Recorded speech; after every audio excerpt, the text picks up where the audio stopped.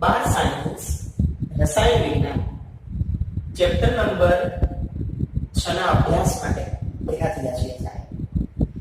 આગળના ક્લાસની અંદર વિદ્યાર્થી મિત્રો આપણે કોઈ કાચી ધાતુ કોને કહેવાય, અશુદ્ધિ કોને કહેવાય અને તેમાંથી આપણે કઈ રીતે ધાતુ ચોપી પાડી શકીએ પદ્ધતિ જોઈ ધાતુ કરવાની. હવે આજે આપણે જોવાનું છે કે કોઈ પણ ધાતુ જે મળી જેની અંદર આપણે એલ્યુમિનિયમ, કોપર, આયર્ન અને ઝીંકની કાચી ધાતુનો એક આપણે કોષ્ટકનો અભ્યાસ કર્યો. હવે આપણા મનની અંદર એક પ્રશ્ન થશે કે ભાઈ કાચી ધાતુમાંથી ધાતુ મેળવવા માટે મિત્રો એક તો સલ્ફાઇડ પ્રકારની અશુદ્ધિઓ હોય અને એક તો ઓક્સાઇડ પ્રકારની કાચી ધાતુ હોય. તો પ્રશ્ન આપણો એવો છે, કાચી ધાતુમાંથી ધાતુ મેળવવા માટે સલ્ફાઇડ કરતા ઓક્સાઇડ ખનિજો વધુ પસંદ કરાય છે, એના માટેનું કારણ શું, શા માટે? તો મિત્રો એનો ખૂબ સારો એવો જવાબ આપણે કહી શકીએ, કારણ કે સલ્ફાઇડ ખનિજમાંથી જો આપણે ધાતુ મેળવીએ ત્યારે વાતાવરણમાં મિત્રો SO2 વાયુ મળે છે અને આપણે જાણીએ છીએ જો SO2 વાયુનું પ્રમાણ વાતાવરણમાં વધશે અને મિત્રો જ્યારે વરસાદ આવે તો પાણી સાથે પ્રક્રિયા કરી અને એ શું બનાવે છે, સાંદ્ર H2SO4 જે એસિડ વર્ષા માટે જવાબદાર છે. એટલા માટે થઈને મિત્રો SO2 વાતાવરણમાં પ્રદૂષણ ફેલાવે છે અને સાથે સાથે જો સલ્ફાઇડ યુક્ત કાચી ધાતુ હોય તો મિત્રો એનું રિડક્શન પણ મુશ્કેલ છે. કોની કમ્પેરમાં? ઓક્સાઇડની કમ્પેરમાં. એટલા માટે થઈને મિત્રો સલ્ફાઇડ કરતા જ્યારે કાચી ધાતુની વાત કરીએ ત્યારે કઈ વધારે પસંદ કરવામાં આવશે? ઓક્સાઇડ કાચી ધાતુ વધારે પસંદ કરવામાં આવે છે. આ આપણો જે પ્રશ્ન હતો એનું કારણ. હવે વિદ્યાર્થી મિત્રો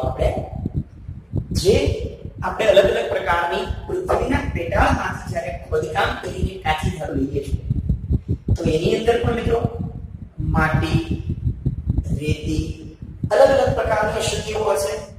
તો એને કઈ રીતે દૂર કરી અને એમાંથી સારી એવી કાચી ધાતુ કઈ મળે એના માટેની પદ્ધતિને કહેવાશે મિત્રો અયસ્ક એટલે કાચી ધાતુનો સંકેન્દ્ર. તો આપણે અલગ અલગ પદ્ધતિ ભૌતિક ગુણધર્મો અને તેના રાસાયણિક ગુણધર્મોને આધારે અલગ અલગ પદ્ધતિઓના અલગ અલગ સિદ્ધાંતનો ઉપયોગ કરી અલગ અલગ કાચી ધાતુનું સંકેન્દ્ર કરી શકીએ. એમાંથી મિત્રો અહીંયા આપણને ખૂબ સારી એવી 4 મેથડ આપી છે. એની આવશે જલીય પ્રક્ષાલન એટલે કે મિત્રો હાઇડ્રોલિક કોશિક દ્વારા આપણે કાચી ધાતુ મેળવી શકીએ. ચુંબકીય અલગીકરણ છે 10મા ધોરણમાં પણ ભણ્યા હતા. મેગ્નેટિક સેપરેશન કહી શકાય એને. ફિલ્મ પ્લવન પદ્ધતિ, ફ્લોરેશન મેથડ દ્વારા આપણે મિત્રો અલગથી એને કાચી ધાતુ મેળવી શકીએ. અને ચોથો આવશે દીક્ષાલન એટલે કે લીચિંગ પદ્ધતિનો ઉપયોગ કરી આપણે સારી એવી કાચી ધાતુ મેળવી શકીએ. અને સારી એવી જો કાચી ધાતુ મળશે તો એમાંથી ધાતુ પણ આપણને સારા પ્રમાણમાં મેળવી શકાય. હવે એક પછી એક પદ્ધતિનો આપણે મિત્રો એનો સિદ્ધાંત આકૃતિ દ્વારા અને વિગતવાર એક પછી એક પદ્ધતિનો આપણે અભ્યાસ કરતા છીએ.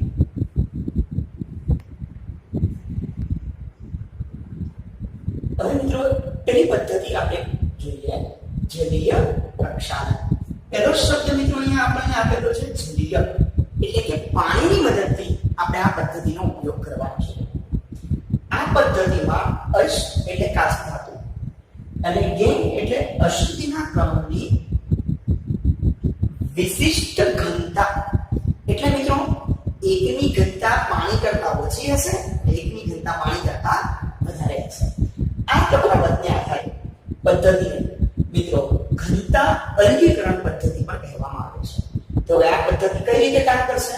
તો પાણીના વહેણનો ઉપયોગ કરીને પાવડર કરેલ ભાગ પરથી મિત્રો પાણી પસાર કરતા પાણીની ઘનતા આપણે જાણીએ છીએ 1 છે.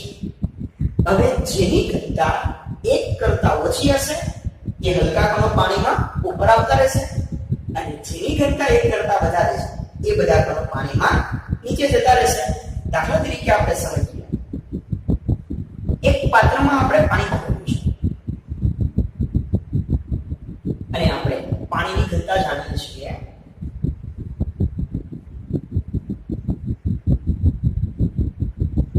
1 ગ્રામ પર ml છે. હવે મિત્રો શું બનશે અહીંયા? જો આની અંદર હું બે વસ્તુનું મિશ્રણ નાખું તો જેની ઘનતા 1 કરતા વધારે હશે એ બધો ભાગ ક્યાં આવી જશે? પાણીમાં નીચે. અને જેની ઘનતા 1 કરતા ઓછી હશે એ બધો ભાગ ક્યાં થશે? પાણીમાં ઉપર. તો આપણે જે મિશ્રણ હતું એને સામાન્ય રીતે શું કરી શકીએ? અલગ કરી શકાય.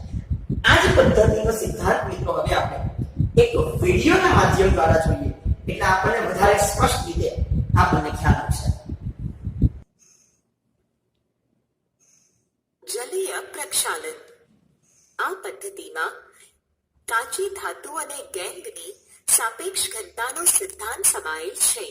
માટે તેને સાપેક્ષ ઘનતા અલગીકરણ કહી શકાય. આવી પદ્ધતિમાં કાચી ધાતુને એક પાત્રમાં લઈ તેના ઉપરના ભાગમાંથી પાણીનો પ્રવાહ પસાર કરવામાં આવે છે, જેથી પાવડર થયેલી કાચી ધાતુ ધોવાય છે અને ગેંગના હલકા કણો ધોવાઈ જાય છે. કાચી ધાતુ છેવટે એકઠી થાય છે.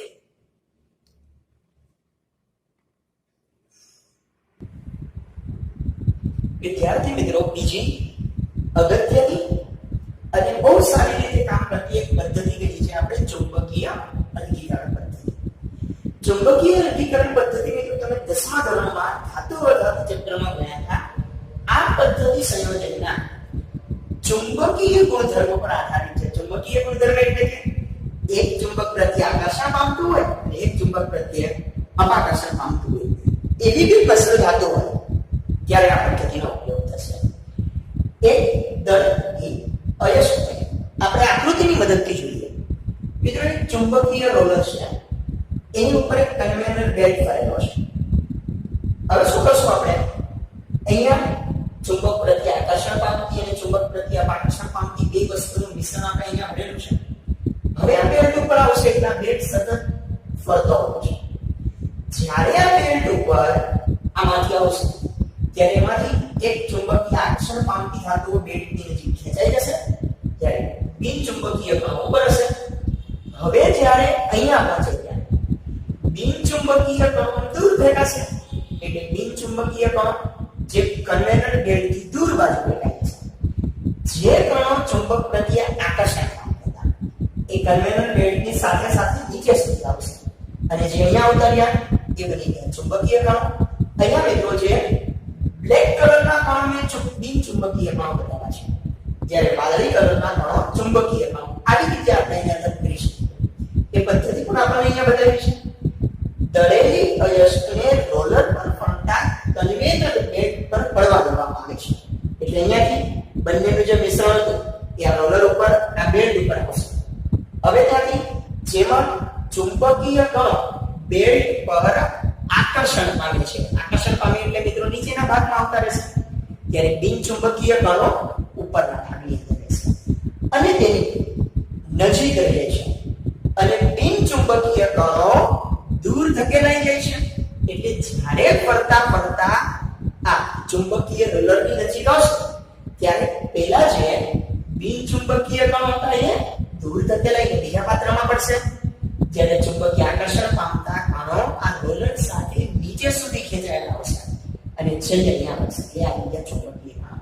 મિત્રો આ સિદ્ધાંતનો ઉપયોગ કરી આ ચેપ્ટરની અંદર આયનની જે કાચી ધાતુ હોય મેટાઇટ મેગ્નેટાઇટ એ જ્યારે બીજા સાથે મિશ્ર થયેલી હોય તો એને આપણે સરળતાથી આવી રીતે ચુંબકીય અલગીકરણ પદ્ધતિની મદદથી આપણે અલગ કરી શકીએ. હવે આ જે ચુંબકીય અલગીકરણ પદ્ધતિ અહીંયા મેં જે મિત્રો આકૃતિ દોરી છે એ મોટી મોટી કંપનીની અંદર કઈ રીતે આ પદ્ધતિનું અલગીકરણ કરવામાં આવતું હશે એ આપણે વિડિયોના માધ્યમ દ્વારા જોઈએ એટલે આપણને વધારે કન્સેપ્ટ એ ક્લિયર થાય.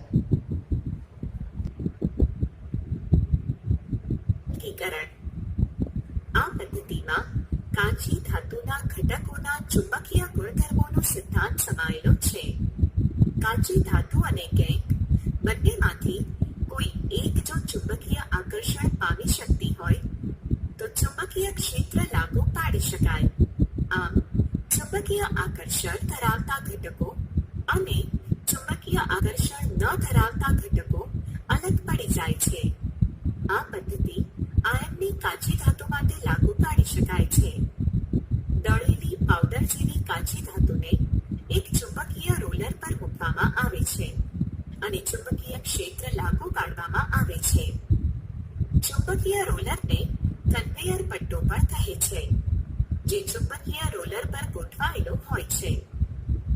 ચુંબકીય આકર્ષણ પામતા ઘટકો આકર્ષણને કારણે રોલર તરફ ખેંચાય છે, જ્યારે બિન ચુંબકીય આકર્ષણીય ઘટકો રોલરથી દૂર પડે છે. આમ ચુંબકીય અલગીકરણથી કાચી ધાતુનું સંકેન્દ્રીકરણ કરી શકાય છે.